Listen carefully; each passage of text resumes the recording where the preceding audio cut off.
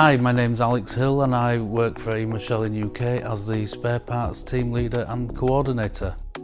Well, I'm responsible for the day-to-day spare parts department, quoting, liaising with suppliers and customers, picking, packing, daily stock checks, dealing with freight forwarders, courier companies and such like. And I'm also the first aider for IMA Schelling UK.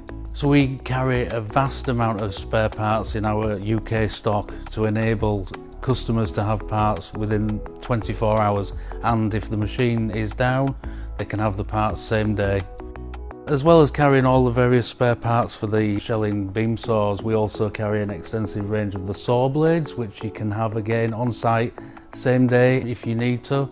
We have an extensive range of spare parts for machines that are over 20 years old and things are obsolete, no alternative, the customer needs to buy a new machine. Chances are we probably still have it or are able to get it from our suppliers in Austria. We do pride ourselves as a company to be able to supply same day parts for customers. If your machine's broken, chances are we have a part for that machine. I've been here just over 10 years now, so I've seen this company develop and the team grow.